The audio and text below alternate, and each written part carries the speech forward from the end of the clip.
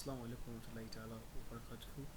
Um, Kamar yadda na alkawari zan nuna muku yadda ake amfani da um, count function in Microsoft Excel wanda na yi bayani a baya. Na yi bayanin yadda za ka amfani da shi tun daga kan count, count a, count if, and count if s. So wayannan wasu function ne wanda suke cikin Microsoft Excel kuma ake amfani da su yau da gobe. Ake amfani da su wurin ayyuka da za ka yi ko kuma kana neman wani abu wanda kake so ka aiki da shi. So za ka amfani da wannan formula ne ka yi amfani da shi ka nemo cikin sauƙi. Maimakon ka je ka ringa tafi kana ta scrolling from the one to kaza to wannan kawai zai sauka maka ne gurin neman wasu bayanai da kake so kai counting ko kuma kake neman su. Sannan wannan shine za mu ɗauki na farko shine count function.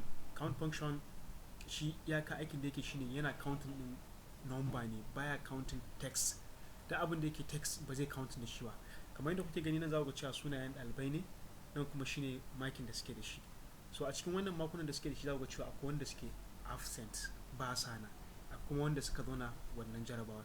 So abin da mu shi amfani da shi ne za mu nemo adadin mutane nawa ne suka zauna. Sannan kuma wannan formula za ta yi mana iyaka abin da take mana shine za ta yi mana iyaka mutanen da suka zauna ne, duk wanda baya nan ban da shi. Saboda haka in ban da shi, so ko duba nan za mu amfani da formula shine zan yi zo cikin wannan cells din shine zan yi mai zan sa equal sign shine farkon formula mu, sai kuma na typing da formula din da zai count kamar yadda kuke gani count gashi nan ta fito. So zan yi double click anan, so sai ka ce value na farko daga yana nake son dauka zuwa ina, sai na highlight range din da nake so sai in nemo wannan abin in kirka. Saboda haka ina so nemo student marks ne from the number 1 zuwa number 16. Gashi na highlight range din sai na sa sai na pressing enter. Ina pressing enter za ku ga me zai bani. Gashi na ya bani 11. Muna da ɗalibai guda 16 amma kuma ya aka yi muka samu mutum 11 ne suka zauna jarabawa.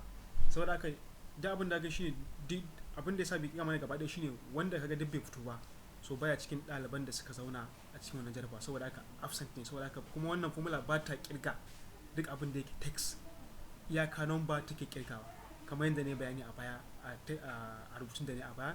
So shine ga yadda take nan. In muka kirga daga zaka cewa 16 ne muke da shi, amma kuma da inda muna da mutum wanda suke absent 1 2 3 4 5 mutum 5 ne ba sa nan. So saboda haka mutum 16 an dauke mutum 5 zai baka mutum 11 ne.